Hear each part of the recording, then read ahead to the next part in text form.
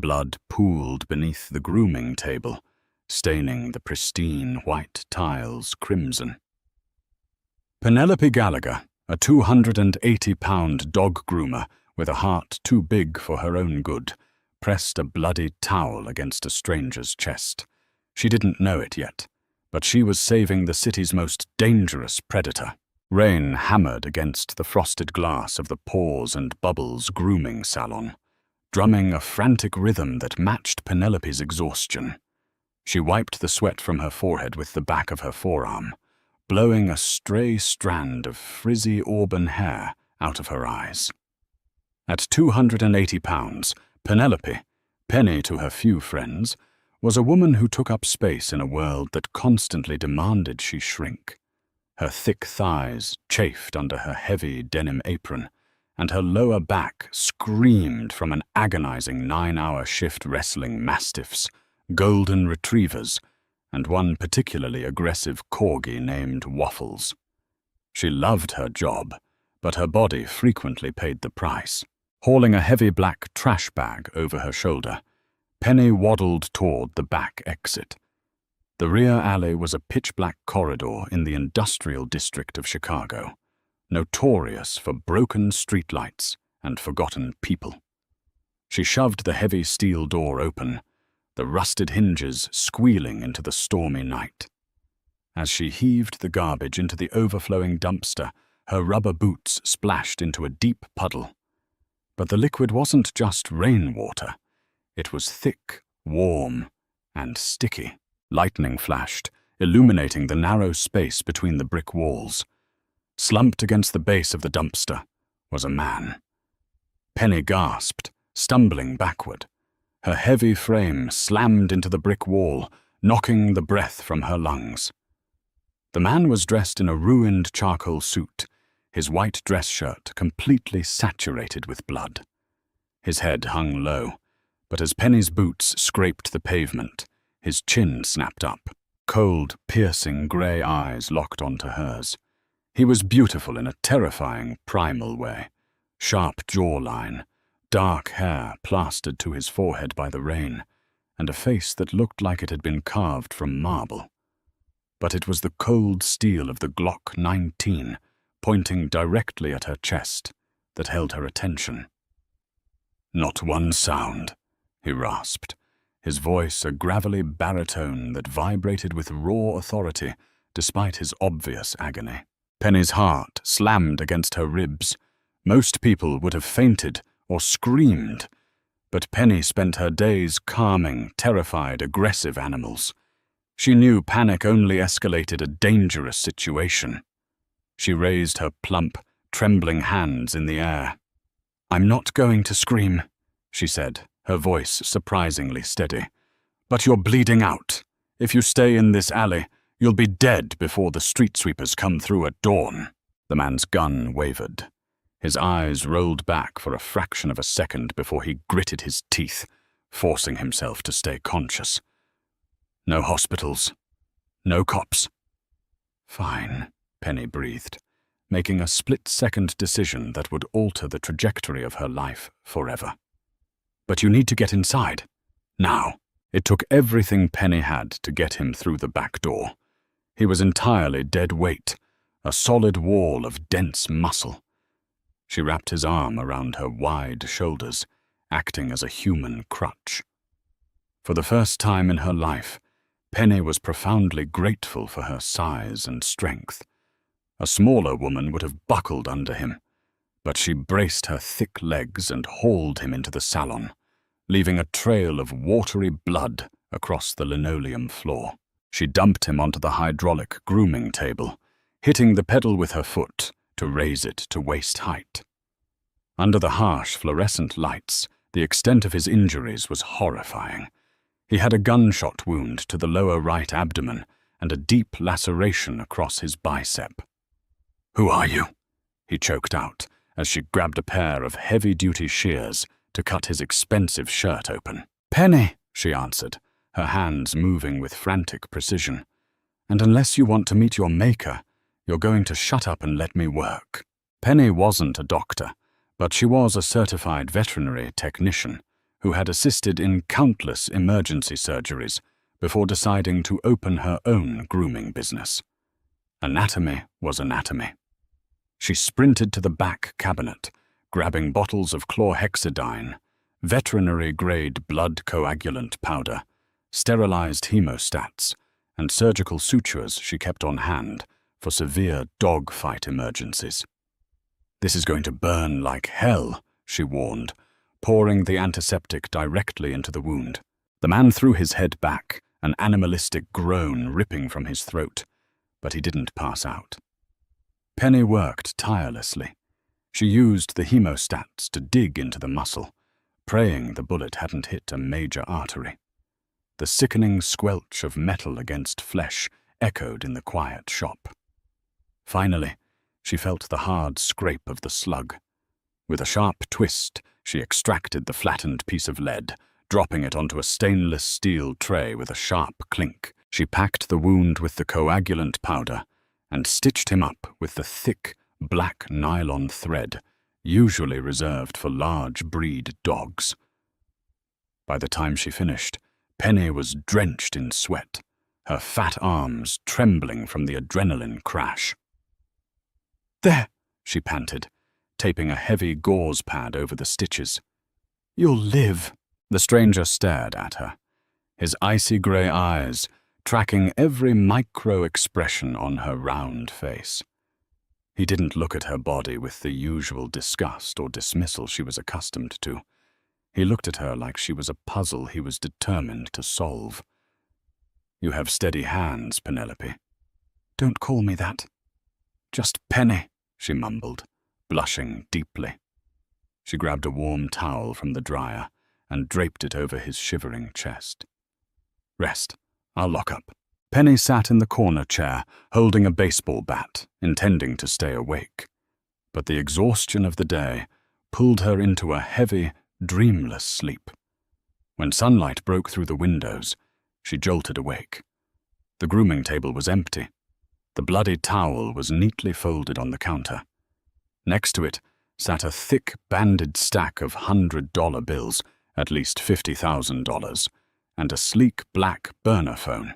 Heart racing, Penny turned on the small television mounted in the corner of the shop to catch the morning news. The anchor's voice filled the room. "Police are still searching for Dante Corvino, the notorious head of the Corvino crime syndicate, following a massive shootout at the docks last night. Corvino is considered armed, extremely dangerous, and heavily tied to organized crime."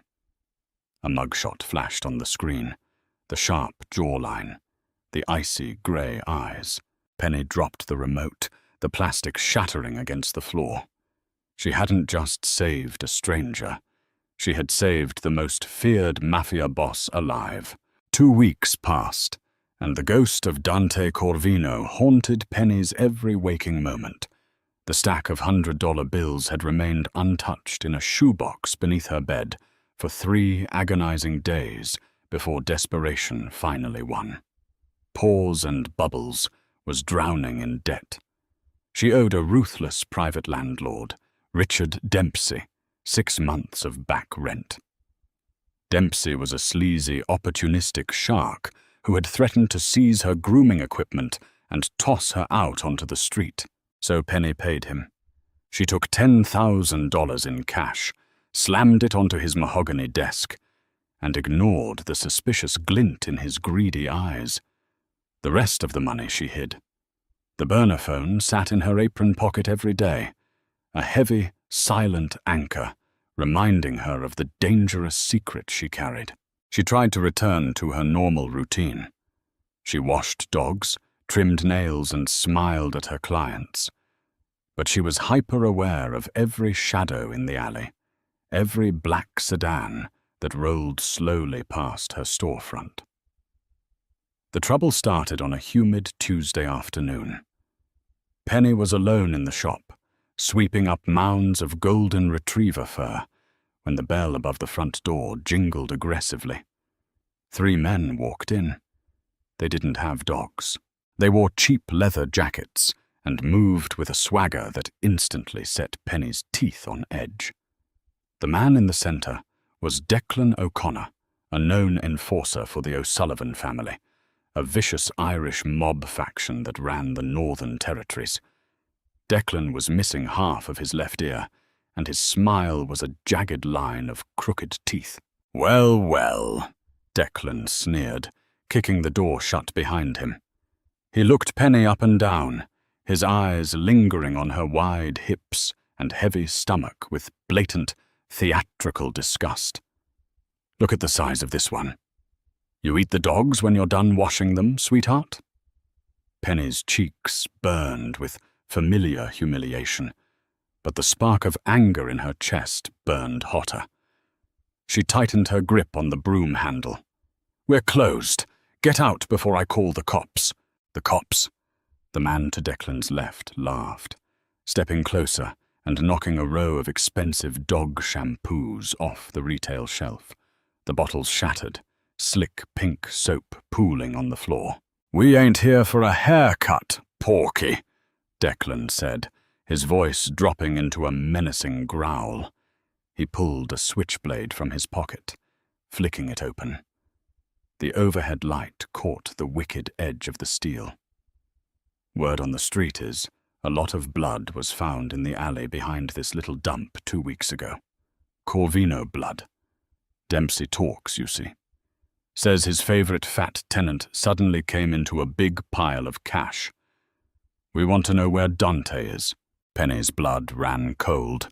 Richard Dempsey, that miserable rat. "I don't know what you're talking about," Penny lied, backing up until her spine hit the grooming tub. "I found a stray dog bleeding in the alley. I patched him up. That's it." Declan lunged forward, grabbing Penny by the collar of her denim apron and slamming her hard against the stainless steel tub. Pain exploded in her shoulder. She gasped, dropping the broom as the cold edge of the switchblade pressed against the soft flesh of her double chin. "Listen to me, you pathetic overgrown cow," Declan hissed, his foul breath washing over her face. "You're going to tell me exactly where Corvino went, or I'm going to carve you up like a Christmas ham." Tears pricked Penny's eyes, but she clamped her jaw shut. If she told them about the burner phone, they would kill her anyway. She squeezed her eyes shut, bracing for the agony of the blade. The deafening sound of shattering glass tore through the shop. The massive front window exploded inward in a shower of deadly shrapnel as a black SUV rammed straight through the storefront, crushing the reception desk and pinning one of Declan's goons against the brick wall. Declan jumped back, dropping Penny as he spun around, raising his weapon.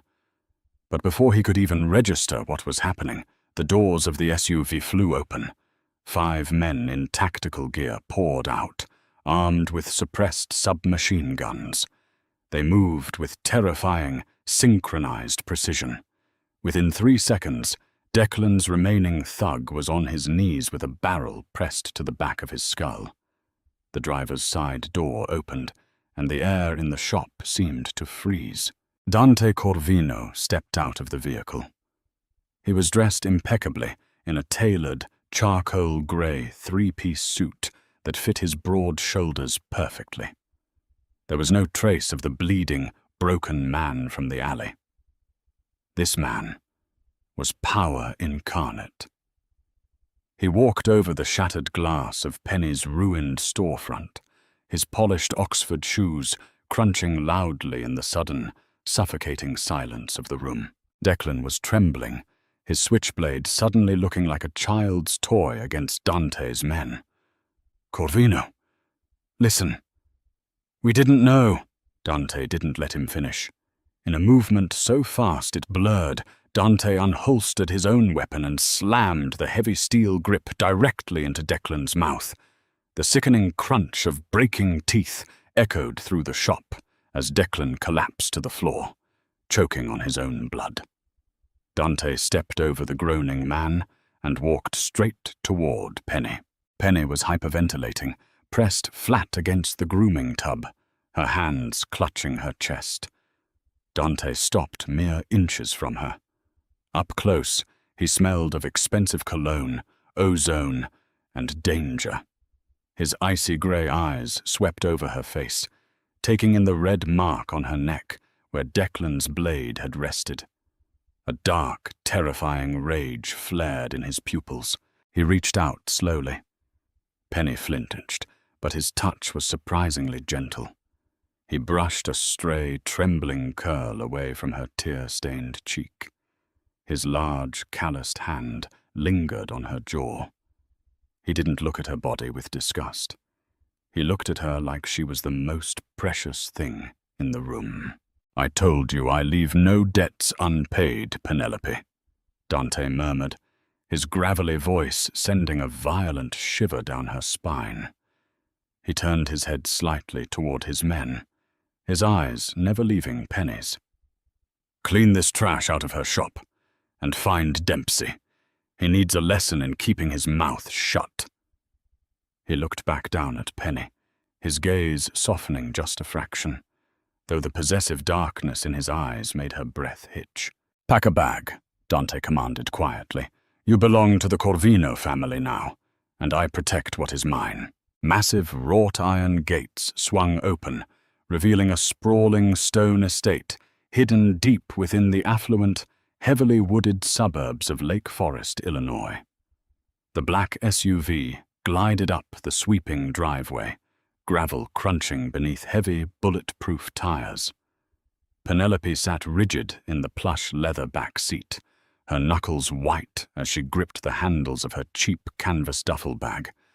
Beside her, Dante Corvino radiated a terrifying, quiet calm.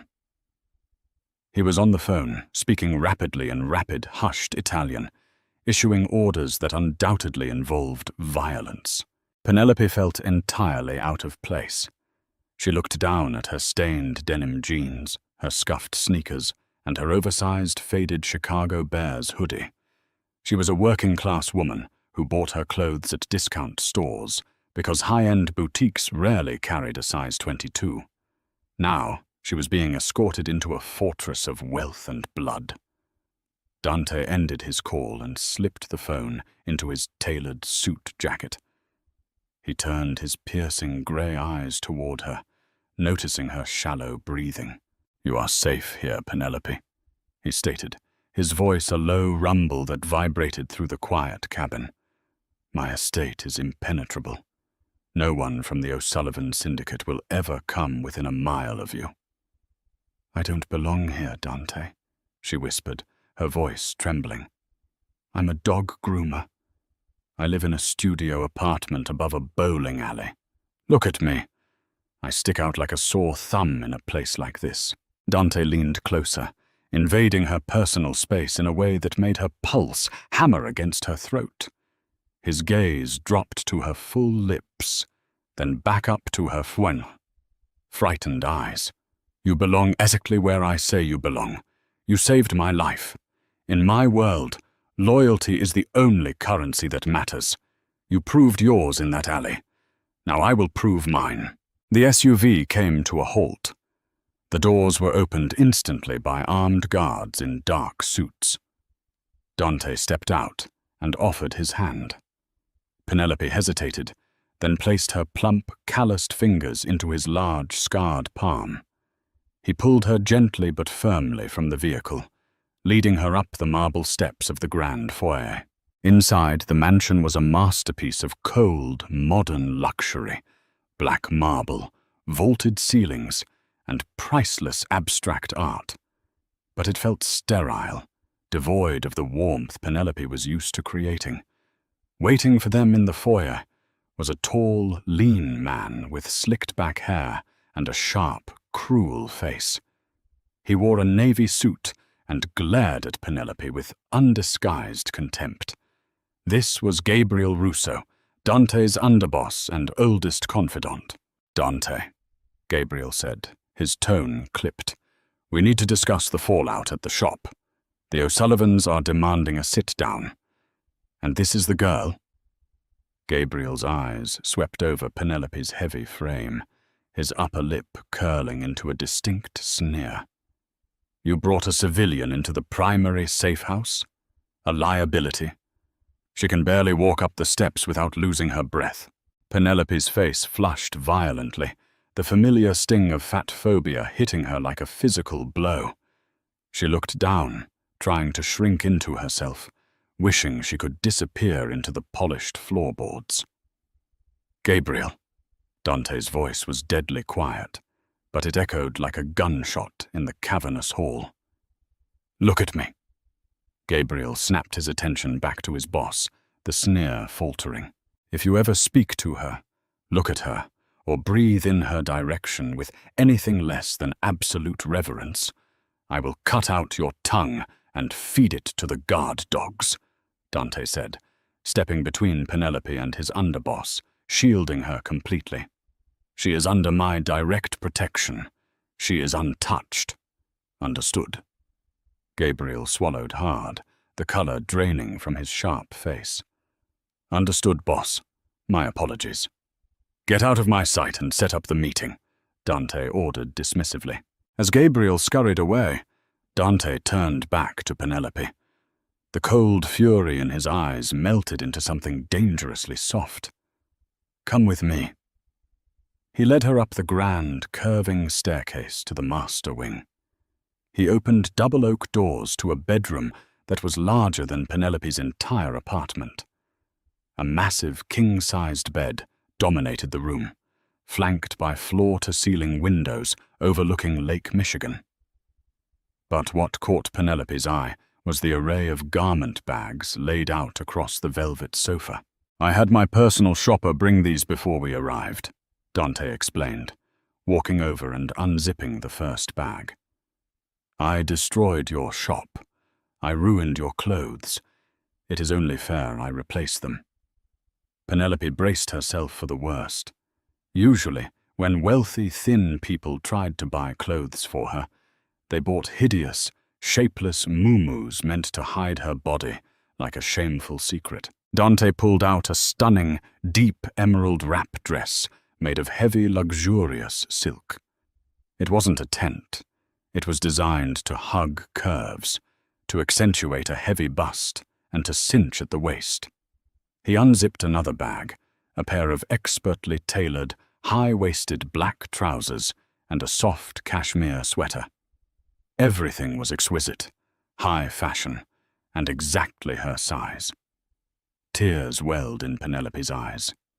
Dante, these are beautiful, but how did you know my size? A faint, almost wicked smirk played on his lips. I am a very thorough man, Penelope. I notice everything about you, every inch. He stepped close enough that she could feel the heat radiating off his chest. He reached out, his knuckles brushing against her soft, full cheek. I know how the world treats you. I see the way you hide. You don't have to hide here. I want to see you. For the next 3 days, Penelope lived in a state of surreal luxury. Dante treated her like a queen, and his men treated her with terrified respect. But the tension in the house was thick. The war with the O'Sullivans was escalating. On the 4th night, a terrible storm rolled off the lake, thrashing against the mansion's windows. Penelope was in the massive kitchen, brewing chamomile tea, unable to sleep. She heard a strange, muffled whining coming from the mudroom near the back security entrance. Her veterinary instincts flared. She hurried toward the sound, pushing the heavy wooden door open. Brutus, one of Dante's massive Neapolitan Mastiff guard dogs, was lying on his side, panting heavily, thick white foam dripping from his jowls. "Oh, sweet boy," Penelope gasped, dropping to her knees despite her bad back. She checked his gums. They were pale, almost blue. His pupils were dilated. He was seizing. Someone had poisoned the dog.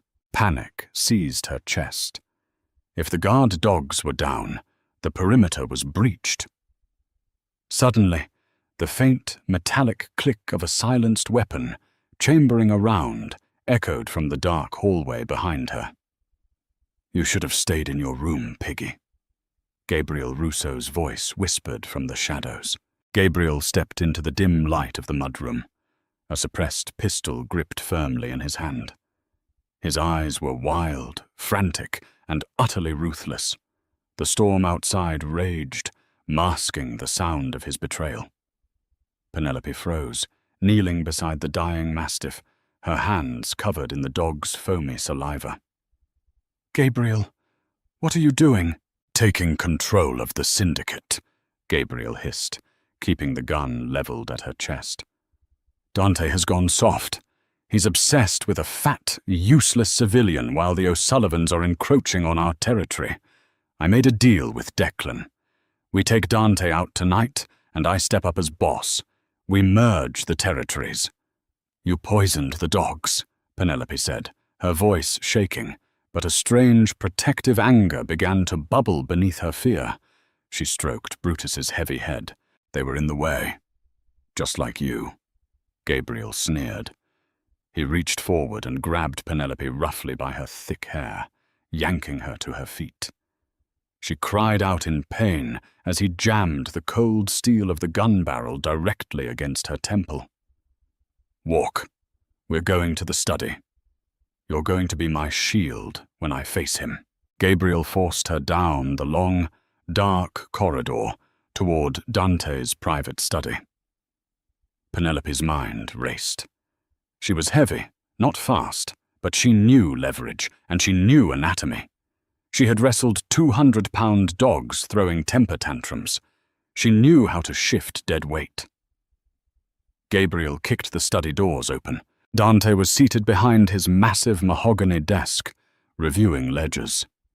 His head snapped up, his grey eyes widening for a fraction of a second as he saw Gabriel holding the gun to Penelope's head.